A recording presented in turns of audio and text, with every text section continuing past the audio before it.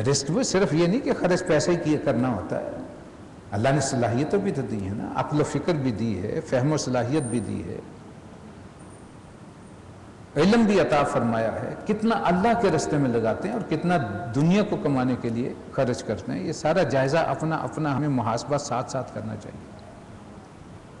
اللہ لا الہ الا ہو، اللہ جس کے سوا کوئی معبود حقیقی نہیں ہے، وہ ہستی ہے الحی القیوم، الحی القیوم، جو کہ زندہ و جاوید ہے، اس کی زندگی از خود ہے، با خود ہے، وہ کسی کا محتاج نہیں ہے کہ اسے کوئی زندگی عطا فرمائے، یہ اس کی صفات میں سے پہلی بات۔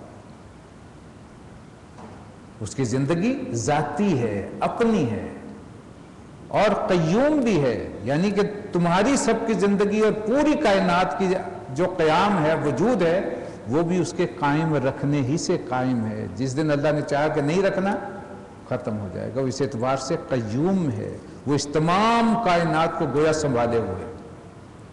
لا تأخذہ سنۃ ولا نوم، نہ اسے نیند آتی ہے نہ اسے اونگ آتی ہے۔ اب دیکھیے، اگر صرف گلوب کو ہی آپ لے لیں تو اس میں 12 گھنٹے جو ہے وہ دن ہے، 12 گھنٹے رات ہے۔ اس وقت ہم رات میں بیٹھے ہیں، ایک دنیا اس وقت آدھی جو ہے وہ دن کی حالت میں موجود ہے، اسی وقت بیک وقت۔ ہمارے بالکل نیچے جو علاقے ہیں، جیسے کیلیفورنیا اسٹیٹ ہے، وہ علاقہ سارے کا سارا ہمارے ہاں اس وقت رات کے 11:30 ہے، وہاں دن کے 11:30 ہے۔ تو اللہ تو پورے نظام کو دیکھ رہا ہے، چلا رہا ہے، یہ صرف زمین ہی نہیں، وہ تو پوری کائنات کو چلا رہا ہے۔ لہذا اور یہ نیند اور اونگ یہ ایک کمزوری ہے، اللہ ہر کمزوری سے پاک ہے، ہر احتیاج سے پاک ہے، لہذا اسے نہ نیند آتی ہے نہ اونگ آتی ہے۔ لہو ما فی السماوات و ما فی الارض، اسی کی ملکیت ہے جو کچھ بھی زمین اور آسمان میں، سب کچھ اسی کا ہے۔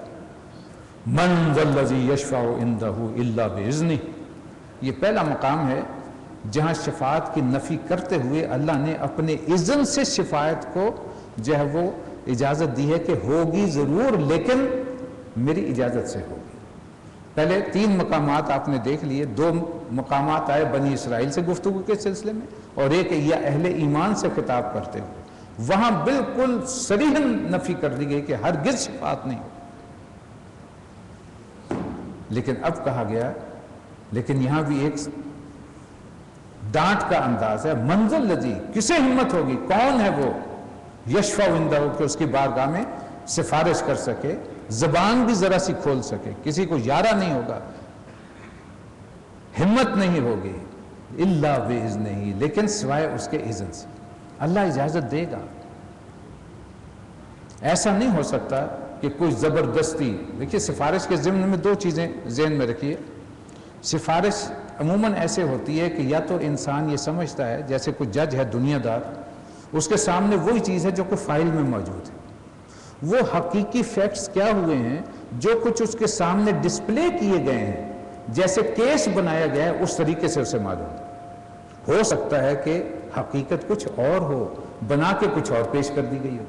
اب کوئی ایسا کوئی دوست اس کا لنگوٹیا جا کر کے کہتا ہے، جو قریبی ہے، سفارش کرتا ہے کہ بھائی یہ فائل تو جو بن گئی ہے، لیکن اصل حقیقت میں جانتا ہوں، اصل معاملہ یہ ہے، تمہارے علم میں نہیں ہے، تمہارے سامنے تو فائل رکھی گئی ہے نا، یہ تو تھانے دار نے اور جو ہے وہ دوسرے لوگوں نے جھوٹی گواہیاں بھر بھر کے جو ہے اسے بیچارے کو مجرم بنا دیا، حقیقت میں مجرم کوئی اور ہے، اسے بچانا چاہ رہے ہیں اور اس کو بیچارے کو پھنسانا چاہ رہے ہیں۔ لیکن ذرا سوچئے، کوئی اللہ سے کہہ سکتا ہے کہ اللہ مجھے معلوم ہے حقیقت، تجھے نہیں معلوم، یہ مجرم نہیں ہے، اسے چھوڑ دے؟ تو پہلی بات تو یہ ذہن میں رکھیے۔ دوسری بات یہ کہ عام طور پر یہ ہوتا ہے کہ کوئی گہرا دوست کسی سے سفارش کرنے گیا، اس نے کہا نہیں اس کے خلاف میں نہیں فیصلہ کرنے دوں گا، میں لے کے جا رہا ہوں اسے۔ آپ کو یاد ہوگا ایک مرتبہ ہماری حکومت پنجاب میں ایک وزیر صاحب، ان کا کوئی لڑکا تھا، وہ جرم کرنے کی پاداش میں لاہور میں تھانے میں انہوں نے بند کر دیا۔ وزیر اعلیٰ صاحب گاڑی پکڑ کے خود کھانے میں پہنچ گئے، اللہ نے معاف کرے اب دنیا میں موجود نہیں ہے، اور اسے چھڑا کر کے اسی وقت پولیس والوں نے کہا کیوں پکڑ کے لائے اسے؟ اس لیے کہ ان کے مقابلے میں اس وقت پولیس کمزور تھی، حالانکہ رٹ کس کی چلنی چاہیے تھی حکومت کے طور پر؟ پولیس کی چلنی چاہیے تھی،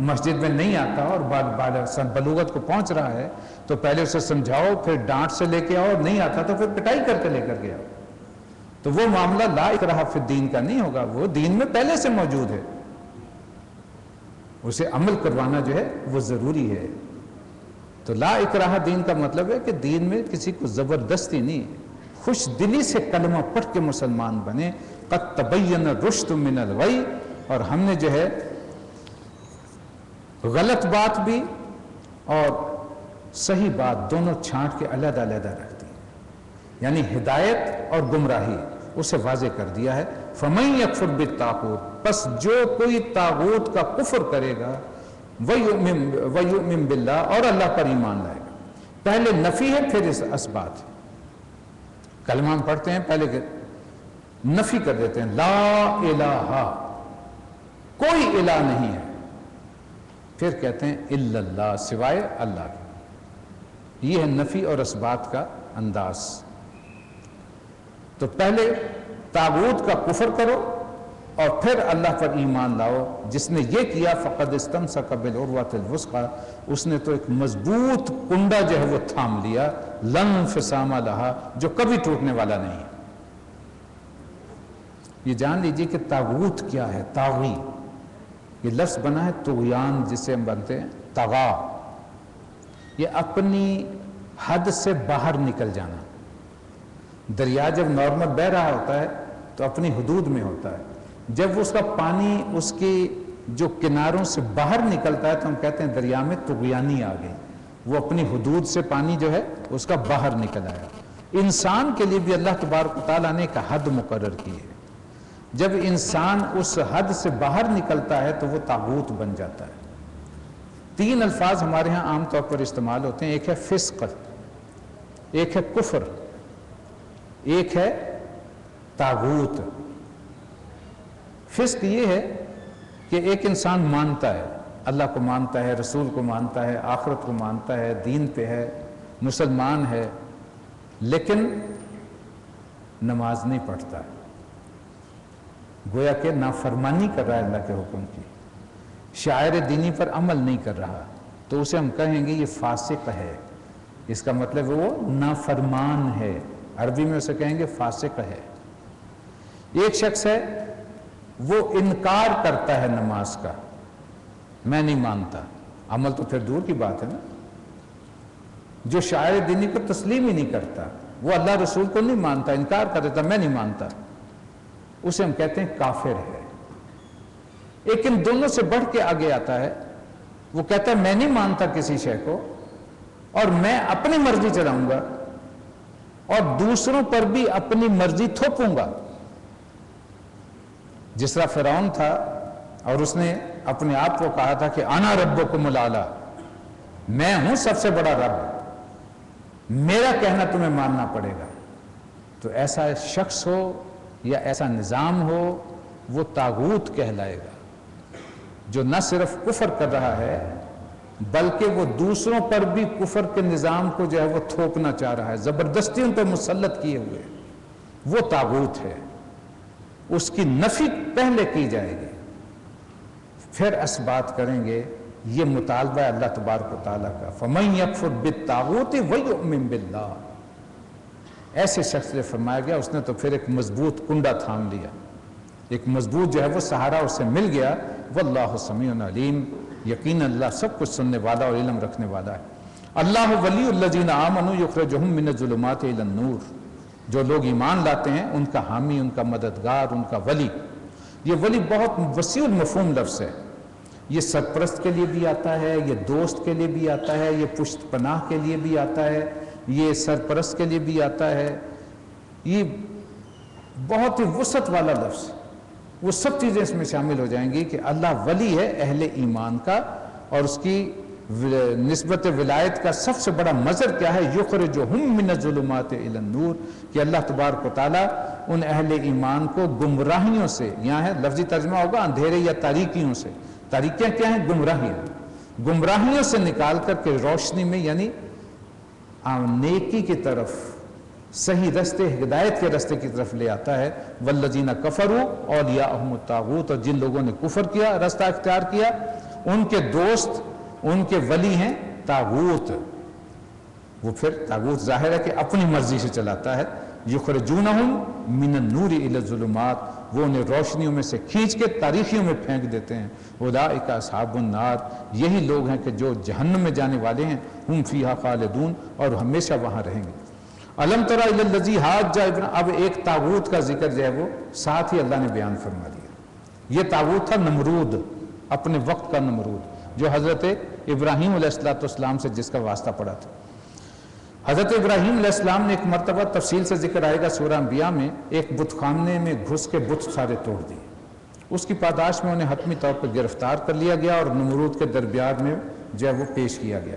اسرائیلی روایات بتاتے ہیں کہ تقریباً 10 دن تک اس کے بعد قید رہے، اور اس درمیان میں انہوں نے فیصلہ کیا کہ انہیں آگ میں پھینک کے جلا دیا جائے. اور اس کے بعد پھر وہ واقعہ پیش آیا جب آگ کا الاؤ جلایا گیا اور سیدنا ابراہیم علیہ السلام کو اس میں پھر وہ پھینکا گیا. الم تر الی الذی حاج ابراہیم فی ربہ ان آتاہ اللہ الملک، کیا تمہیں اس شخص کے حال پہ تم نے غور کیا جس نے ابراہیم سے جھگڑا کیا تھا اس بات کر کے ابراہیم کا رب کون ہے؟ اسے پوچھا تھا کون ہے جسے تم میرے علاوہ رب مانتے ہو؟ اس کا، جبکہ اسے حکومت ہم نے دے رکھی تھی. اللہ نے فرمایا کہ بادشاہ بھی ہم نے بنایا، اور وہ ہمارے خلاف ہم جو ہے وہ ہمارے بندے سے سوال کر رہا ہے. اس قال ابراہیم، جب اس نے کہا تھا ابراہیم نے اسے کہا تھا ربی الذی، میرا رب تو وہ ہے، یحیی و یمیت، جو زندہ کرتا ہے جو موت دیتا ہے. اب اس نے کٹ حجتی کی، قال انا احیی و امیت، کہنے لگا کہ یہ کام تو میں بھی کرتا ہوں، میں بھی زندگی دیتا ہوں، میں بھی موت دیتا ہوں. کہا جاتا ہے کہ اس نے قید خانے سے 2 قیدی بلوائے، ایک کو سزائے موت ہو چکی تھی، اسے قتل کیا جانا تھا. اسے نے کہا کہ جاؤ اسے آزاد کیا تجھے، بھاگ جا، دوڑ جا. کہتا دیکھا اس کے مقدر میں موت لکھی تھی، میں نے اسے زندگی دے دی. اور ایک بے قصور پکڑا ہوا تھا، اس کی گردن اڑوا دی. یہ رہا ہونے والا تھا، اسے زندگی ملنے والا تھا، میں نے اسے موت دے دی. تو یہ تو میرا بھی اختیار ہے، جسے چاہوں موت دے دوں، جسے چاہوں میں زندگی دے دوں. اب حضرت ابراہیم انتہائی زیرک انسان تھے، اللہ کے نبی تھے، ابو الانبیاء ہیں، خلیل اللہ ہیں، امام الناس ہیں. انہوں نے یہ نہیں کیا کہ اسے جھگڑا شروع کر دیتے کہ اچھا پھر رب میرا، کہ اس میں یہ بھی صفات ہیں، یہ بھی صفات ہیں. بڑا اہم سوال اس کے سامنے رکھا. قال ابراہیم فإن اللہ یأتی بالشمس من المشرق فأتی بہا من المغرب، میرا رب تو وہ ہے جو مشرق سے سورج کو طلوع کرتا ہے. اگر تو واقعی تجھ میں بھی کوئی صلاحیت ہے تو ذرا مغرب سے تو نکال کے دکھا. اب ظاہر ہے اس کا جواب تو اس کے پاس تھا نہیں. فبہت الذی کفر، وہ کافر جو ہے پھر مبہوت یعنی لاجواب ہو کر کے رہ گیا. وہ جب کھسیانا پڑتا ہے کوئی تو مثال مشہور ہے کہ کھسیانی بلی کھمبا نوچے. اب اس نے کھمبا نوچنے کے مطابق جاؤ اسے جیل میں ڈال دو، اس کا فیصلہ بعد میں کریں گے. اس لیے کہ لاجواب ہو گیا، کوئی جواب اس کے پاس تھا نہیں. واللہ لا یہدی القوم الظالمین، اللہ ایسے ظالم قوم کی کبھی رہنمائی نہیں کیا کرتا. اب کالذی مر علی قریۃ وہی خاویۃ علی عروشہا، یا پھر مثال کے طور پر اس شخص کو دیکھو جس کا گزر ہوا ایک بستی پر جو اپنی چھتوں پر اوندھی پڑی ہوئی تھی، تباہ و برباد ہو چکی تھی. تاریخ میں اس بستی کو فلسطین کا جو مرکزی علاقہ یعنی یروشلم، وہ بستی قرار دی گئی. جب بخت نصر نے تقریباً 550 برس قبل مسیح حملہ کیا، تباہ و برباد، اینٹ سے اینٹ بجا دی اور ہیکل سلیمانی اکھاڑ کے پھینک دیا، بالکل سطح زمین کے برابر کر دیا. اور تقریباً کہا جاتا ہے کہ 1.5 لاکھ افراد یروشلم کی گلیوں میں ذبح کر دیے گئے.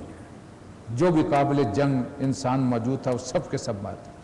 حضرت عزیر علیہ السلام اس وقت بستی سے باہر گئے ہوئے تھے.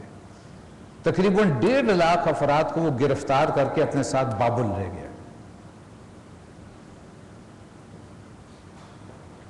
اس دوران وہ واپس آئے.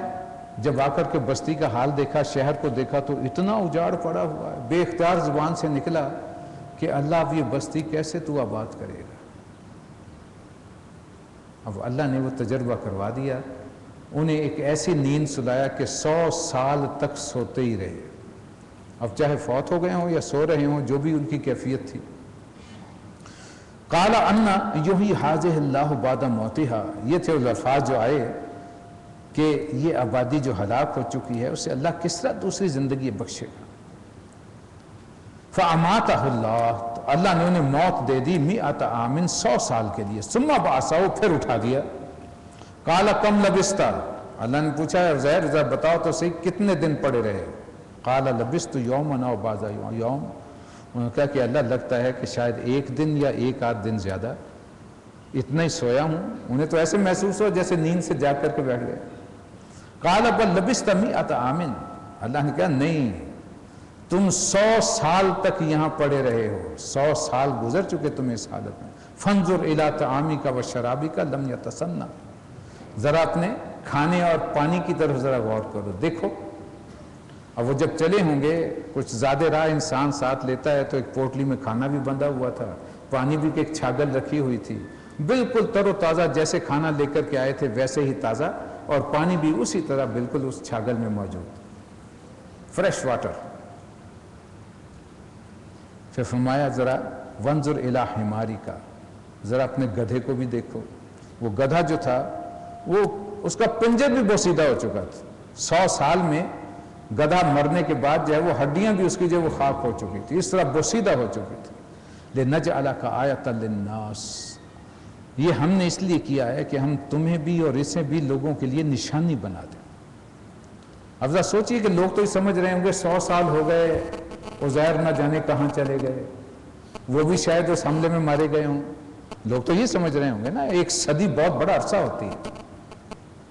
لیکن اچانک جب لوگوں کے سامنے آئے تو وہ تو خود ایک نشانی بن کے آئے نا، اور اب گدھا بھی جا ان کی نگاہوں کے سامنے، کیف وانظر الی العظام کیف ننشزها ثم نکسوها لحما، کہ اب ذرا اس کی طرف دیکھو کس طرح ہم اس کی ہڈیاں جو ہیں وہ اکٹھی کرتے ہیں اور پھر ہڈیوں کے اس پنجر پہ گوشت اٹھا کے جماتے ہیں، اور وہ زندہ سلامت گدھا اٹھ کے کھڑا ہو کے جو ہے ہنانے لگا۔ سواری تو وہ اس زمانے میں یہ سواری ہوا کرتی تھی۔ حضرت عزیر علیہ السلام نے وہ سواری پکڑی اور اپنی قوم کی تلاش میں پھر نکلے، اور ان کی زبان سے پھر نکلا قال عالم ان اللہ علی کل شیء قدیر، کہ میں جان گیا، مجھے یقین ہو گیا کہ اللہ یقیناً ہر شے پر کمال قدرت رکھنے والا ہے۔ وَإِذْ قَالَ إِبْرَاهِيمُ رَبِّ أَرِنِي كَيْفَ تُحْيِي الْمَوْتَى، اور پھر ایک واقعہ حضرت ابراہیم علیہ السلام کا بھی بیان کیا گیا۔ حضرت ابراہیم، سیدنا ابراہیم علیہ السلام، بہت بلند مقام ہے آپ کا، قرآن مجید نے بار بار جس طرح آپ کا تذکرہ کیا ہے، لیکن ظاہر ہے کہ کچھ ایسے معاملات ہوتے ہیں، خاص طور پر موت کے بعد زندگی عطا کرنا، یہ ایک ایسا سوال رہا ہے جو کہ ہمیشہ سے لوگوں کی نگاہوں میں، اور آج ہمارے ہاں بھی جو ہیں کتنے لوگ ہوں گے پرسنٹیج کے اعتبار سے جنہیں 100% یقین ہو کہ مرنے کے بعد اٹھنا ہے۔ یہ ذرا بڑا کریٹیکل کویسچن ہے، اپنے اندر ذرا جھانک کے دیکھیے۔ اس لیے وَبِالْآخِرَةِ هُمْ يُوقِنُونَ، قرآن مجید بار بار اس پر جو ہے وہ زور دیتا ہے کہ آخرت پر پکا یقین رکھو، تم نے لازماً اٹھنا ہے۔ لیکن جب انسان تنہائی میں بیٹھ کے سوچتا ہے تو اکثر بیشتر وہ ریب کے جو ہیں وہ بادل وہ چھٹتے نہیں آسانی سے، پتہ نہیں کیا ہوگا، قبر میں جانے کے بعد کیا ہوگا، پھر اٹھیں گے کہ نہیں اٹھیں گے تو پھر کیا ہوگا، وغیرہ وغیرہ۔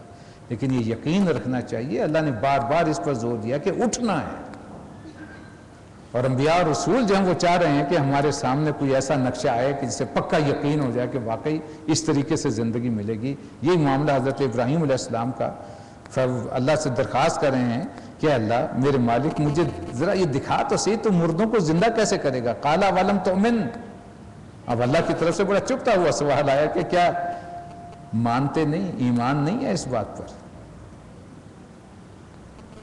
اللہ کے نبی اور سیدنا ابراہیم علیہ السلام، اولم تؤمن قال بلا، اللہ مانتا تو ہوں، ولکن لتطمئن قلبی، میں چاہتا ہوں کہ قلبی اطمینان بھی مجھے حاصل ہو جائے، ایک دفعہ نگاہ سے دیکھ لوں گا۔